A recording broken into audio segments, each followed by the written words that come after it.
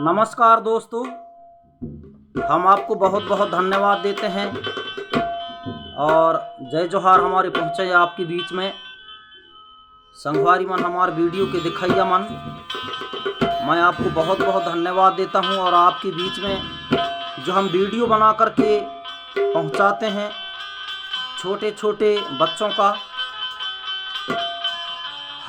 हमें जो सोच है कि हमारे मोहल्ला के पास पड़ोसी के गांव शहर नगर के छोटे छोटे बच्चे अच्छे से कलाकार बने, बेंजू तबला बांसुरी जो भी वादन हो सीखें बजाएं, उत्साह उनकी बढ़े छोटे छोटे बच्चों के वादन देख करके।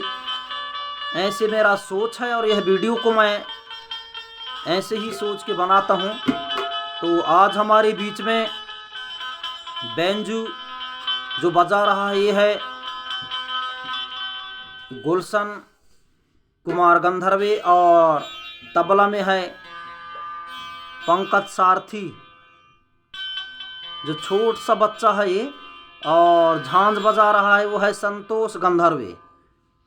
तो इन तीनों की जोड़ी हम देखते हैं, छोटे छोटे बच्चों का टीम है ये।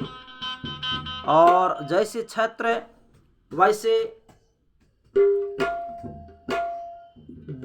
गाना बजाना को सीखते हैं लोग बाग। सीजी म्यूजिक से हम स्टार्टिंग करते हैं, तो ले चलते हैं आपकी बीच में सुपरहिट गीत पेश है। 1 2 3 4।